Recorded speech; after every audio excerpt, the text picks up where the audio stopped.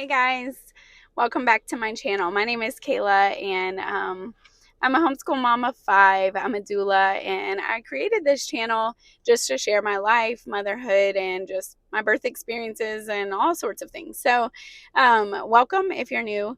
I just was filming a video on my VBACs and after having my first as a C-section.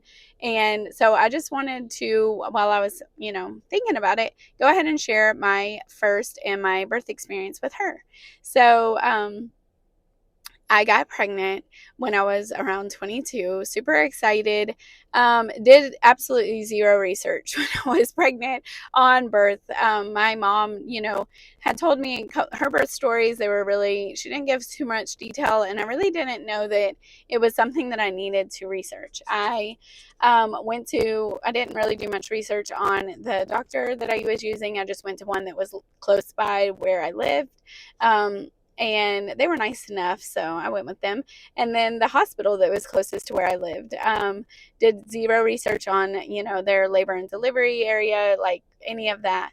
And so when I started having contractions, I obviously had no idea what to expect. I had not even watched a video of a woman giving birth before. So they felt like really strong period cramps, and, I'm just freaking out, and also just, I don't know, so excited, and, all of it. So, the night that they started picking up, I remember we were going out to dinner with my dad for his birthday, and I laid down on the couch at my mom and dad's house, and I told my husband, like, I think we should go ahead and go into the hospital. So we went into the hospital, and I don't even think I was dilated at all. Maybe a one. And of course, I wanted them to check me. I was so excited, and and they were like, you're not in labor. And I was like, yep, yes I am. Like, I'm feeling, contractions, so yes I am, and I'm past my due date. And they were like, no, you need to go ahead and go back home. And I think they even gave me a shot of something in my leg to help me sleep, or like to help with anxiety or something. And so we went home. Obviously I was super defeated and devastated, like, what? Like, I was so excited, and you don't want to go home after you're thinking this is it. So I went home. I slept. The next day, we stayed at home, and I'm trying to make sure I remember all this right, like correctly. It was 11 years ago, but we stayed at home, and yeah, and I was starting to have, like pains, like back pains and things like that, but nothing too strong. And I really didn't want to go back into the hospital and then tell me that I wasn't in labor. So I resisted the urge and stayed home. But of course it was really hard to sleep or rest, because I was experiencing a lot of anxiety, and I think a lot of that was from the unknown. The less you know, and the less you know what to expect, the more anxiety you're going to have. So I always tell women that are pregnant that knowledge is power, because you will not have all of that anxiety if you know what the stages of labor are, if you know what to expect, if you know that, like, if you're still able to, like, talk and eat and all of that, then, like, you have a good little while. And so just being able to relax and to not over think everything. So anyways, I stayed at home and labored. Well, the next day, it was then a Monday morning, and I already had a doctor's appointment. But we called in, and we're like, I think I'm legitimately in labor, so can we come in? At this point, it's been like 48 hours, and I have barely slept. I've just been kind of stressed, and, all of it. So we get to the doctor, they check me, and I'm dilated to a 3 or 4. And they went ahead and were like, whoa, you look really tired and, like, out of it. Let's go ahead and admit you into the hospital. So none of this was really a question for me. It was just kind of, I was getting told what to do through each step, which is not necessarily their fault, because I was opening myself up to be told what to do. I wasn't really telling them what I wanted. I was more just like, well, here I am. Like, what do I do? So they sent me over to the hospital, and I went in, and then I'm thinking, okay, so I'm really tired. I'm exhausted, kind of experiencing some, like, intense contractions, not too intense, but but I'm excited. So we get there, they come and check me again. I mean, it's crazy how many times I got checked. Because now it's just like, absolutely no. No, no, no, no. Getting checked to see how dilated you are is not an indicator on how soon you're gonna give birth to your baby. If nobody's ever told you that, like, hear me when I say that. I had a friend just actually a couple of weeks ago that um, was dilated to an 8 and then went home and labored at home for another day before her baby was born. So, you just don't know. So, anyways, I got checked again and they told me that I was like at a 5 or 6. And I'm thinking, oh my goodness, I'm doing this. Like, I actually remember going into the bathroom and kind of just getting like this burst of energy, like, oh my gosh, I cannot believe it. I'm actually in labor. Like, I'm admitted into the hospital. Like, it's happening. I'm so excited. Well, I come out of the bathroom and the nurse looks at me and she was like, "You are exhausted. You haven't slept in a couple of days. You're never going to make it through this. It's going to be so long before you give birth. You need an epidural." Not kidding, that's what she said to me. And so I was like, okay. But I was kind of confused because literally I just came out of the bathroom feeling kind of this burst of energy, thinking, okay, you're in labor, you're doing this. So the choice to get an epidural, I mean, I consented, but I was confused why she was telling me I had to have one. So they called for the anesthesiologist to come in. I got the epidural. My husband barely made it through that because that needle is long. Apparently, now I've seen one, but at the time I hadn't. And so got the epidural, but then I'm just like laying there, and I was so like inactive with the whole thing because you can't get up. So I was just laying there, and then I had all these family members coming in. Because it was my first and I didn't know to set boundaries on who should be allowed into your birthing space. And so it was almost like a little show or something. Like, people were coming in, they're offering Noah things to eat. I can't eat, I can't get up. I'm literally just laying there, still exhausted too, because I was unable to sleep. One, for the amount of people that were coming in and out, and the nurses, if they were coming in and out. And then also, the epidural it does help with the pain, but it's uncomfortable to sit or to lay in that bed and like not be able to move around. And so I was not comfortable to be able to sleep. So I'm still pretty exhausted, just like out of it and laying there. Well, long story short, I continued to labor throughout that day because when I got to the hospital, it was probably around 9 or 10 a.m. By around 6 or 7 p.m., the nurse comes in and she tells me that I'm fully dilated, or I'm close to fully dilated. I don't think I was fully, but I was close to it. I was like at 8 or 9 centimeters.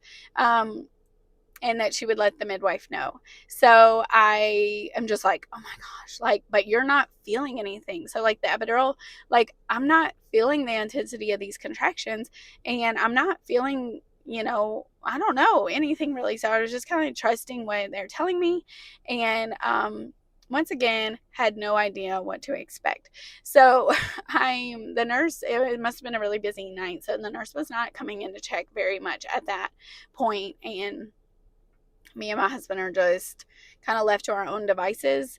And then, I labor for a little bit longer. I'm just laying there, and I would say around 9 p.m., the nurse comes in and I'm asking to be checked again, and she's like, "You're dilated to a 10, but do not push. I'm going to call the midwife." So after she left the room, I remember I started feeling the urge, and she stayed gone for quite a while.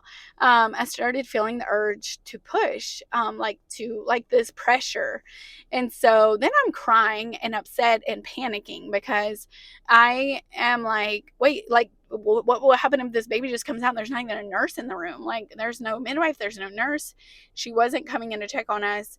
My husband's like, has no idea. He's also kind of like, he's not crying, but he's just like, the emotions are high. We're kind of stressed.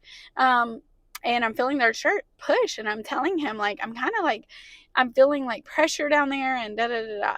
Well, the nurse comes back in probably about an hour later. Still, the midwife is not there. And I'm like, I feel like I need to push. Like, I'm dilated and I feel like pressure. So I'm kind of bearing down. She's telling me not to, but I'm kind of like, I'm not trying to, but I also was just kind of, I don't know how to explain it because it was a weird feeling because I did have the epidural. Um, but she's like, you can't push. The midwife's coming. So then that's sending me into more panic because I'm like, oh my goodness, if I push, like the baby really is going to fly out.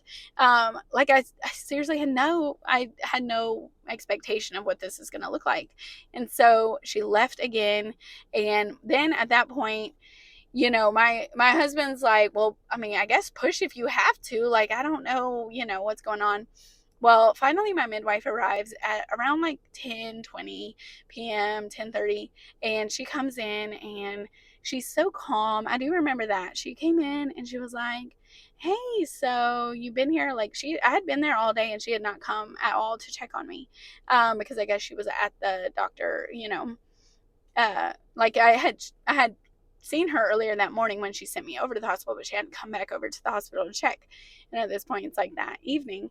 And so also I'm wondering why it took her that long to get there, because she reassured me throughout my pregnancy that she lived really close to the hospital and would be able to get there at any time.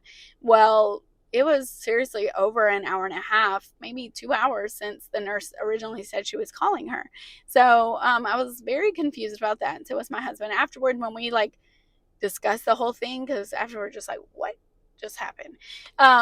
That was one of the biggest things. Like, why did it take her that long to get there? And we knew that she had been at work that day, so it's not like she was out of town or anything. It was just very strange. So she gets there, she's really calm. She's like patting me on my leg, and she's like, yeah, so have you been pushing? You might want to try to start pushing, and I'll send the nurse in, and you can try to push with her for a little while. Or I don't even know. I was just like, wait, what? So, because I'm thinking, how long does pushing take? Like, what are you talking about? Push with her for a little while? Like, what? So she leaves, the nurse comes in. We do, like, I guess 20 minutes of her, like, telling me when to push, and I'm just bearing down. I have no idea what to push. They're basically telling me I'm doing it horrible. Because I would probably really was. I had the epidural and I had no feeling. So I'm just like, how do you push out a hole that you've never pushed out? Like, things don't normally come out of. But now I know, okay, just poop, like push like you're pooping. But at the time I just was like, push what? So I am pushing with this nurse. Well, then the midwife comes back in. Right now it's like getting closer to 11 p.m. and she comes in. I think she's in there during like 2 of the pushes, not really giving me any tips or anything, or like telling me, hey, maybe bear down on your butt a little bit. Or I don't know what she could have done, but because I was also just in panic, whatever. Well, she sits down on the side of the bed, and I just remember tapping me on the leg and just being like, Kayla, you've been here all day. You're exhausted. This pushing is not really bringing the baby's head down. I think we need to go ahead and call it. I've seen a couple drops in the baby's, heart rate during the pushes, which is normal. I'm not gonna. She didn't tell me that, but later when I did research, I'm like, okay, with epidurals, pitocin, they both cause like dips in heartbeat, and which is a big reason why people don't use those. But also, when you're pushing, and your uterus is literally contracting and trying to push the baby out, so it is normal for the baby's heart to drop, but then come back up when you're not pushing or having that contraction. So as long as the baby's heart rate is coming back up, but dipping is, can be normal to a certain degree. So, but she's like, I've seen the baby's heart rate drop a little, and you're exhausted, and I think we're going to go ahead and call it and do a C-section. And she didn't ask me. She just told me that's what we're going to do. She walked out to go prep for the C-section, and I just look at my husband and we both start crying, and I'm just exhausted and terrified, and also a little hint of relief of like, okay, well, I guess my body just didn't do this right, so I guess she's gonna just take the baby. But my husband is very upset. He has no idea what to expect. He's never had any kind of surgery or anything, so I mean, we're prepping. They're giving him these sterile clothes to put on. It's just kind of a scary experience if you're first time parents and you had no idea to even have this on your radar.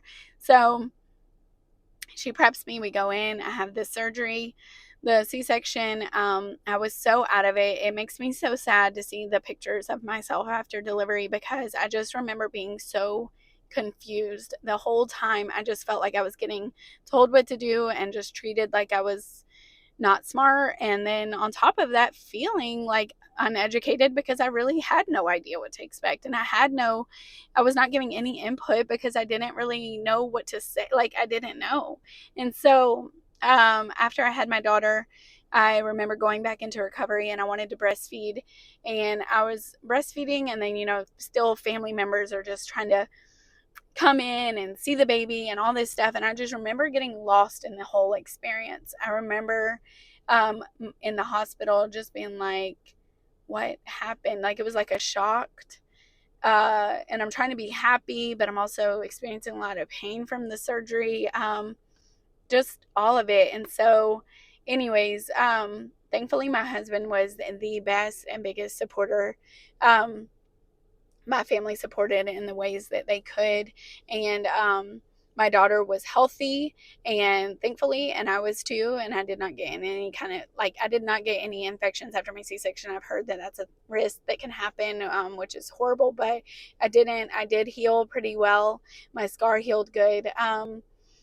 And so all of that was good. My daughter did end up being able to breastfeed, thank the Lord. That's another thing that can be affected with C-section and recovery is, nursing can sometimes be affected by that because of just so many different things. The baby passing through your birth canal does signal to your body to produce milk, but then also during recovery, I was experiencing a lot of pain and kind of out of it, so I really didn't hold her very much. But skin to skin right after the baby's born definitely helps with bonding, definitely helps with postpartum depression, and helps with your milk production and all of that. But thankfully, despite all these odds against us, we were able to breastfeed, and I breastfed for her for over a year. And that was such a great relationship and thing that I had in my life to hold on to and to keep me grounded through the postpartum period because after the C-section, just feeling like my body had failed me, the breastfeeding really did help me to feel like my body was doing something right. So anyways, that was my story with my first. And it's kind of sad and, like all of that, but I'm so thankful that it happened that way. After having her, and if you know her personality, she is just such a curious person. She's so intelligent, sweetest girl.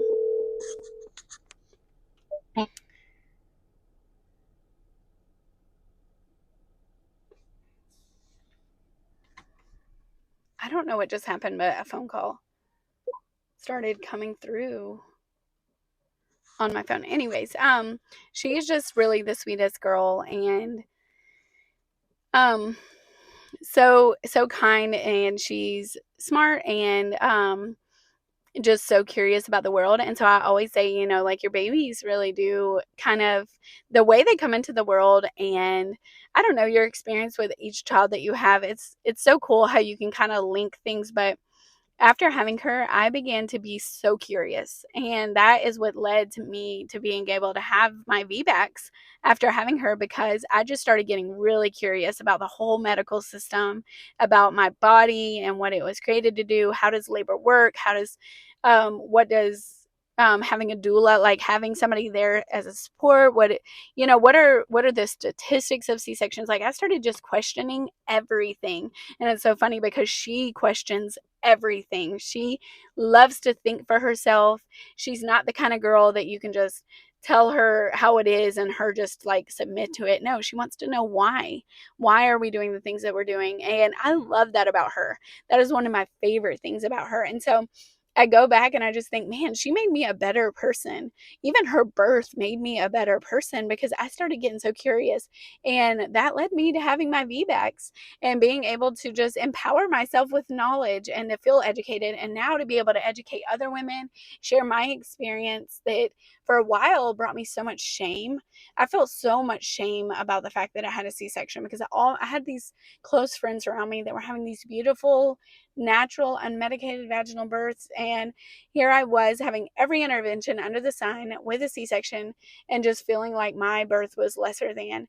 But now my weakness, my thing that I felt so much guilt about, has become this area of my life that I'm like, man, I can just relate to women in such a way and just share my experience and help other women, and teach them not from a place of like, these are my perfect, and I'm not making fun of this. It's just, it's really hard if somebody's sharing their birth stories and they've only had home births and they've only had these perfect situations. It's like, I love that for you, but I sometimes women just need somebody that's been like, man, I've let me just share this mess up. And so, anyways, mess of a situation. And so, anyways, I'm really thankful that I had her as a C-section. I'm thankful for the experiences I had, and I'm even thankful now in the way that I went through the postpartum stuff that I did, just because I have so much compassion for women after they give birth, and just giving people resources, telling them how much breastfeeding helped me, or how much the support group of the La Leche League helped me, and just all of that. So anyways, thank you for listening to my story. Kind of went on a few rants there, um, but I just wanted to share that story with you, that it hasn't always been easy or perfect in my life. But so when I'm sharing my, doula information stuff, it's because I've made a lot of mistakes, and I've had to learn a lot of lessons through the medical system and through having my own children. And so, anyways, I hope this encourages you, or teaches you something, maybe just what not to do. But thank you for watching, and don't forget to subscribe, like, comment any other videos that you want to see, and I'll be happy to share. All right, bye.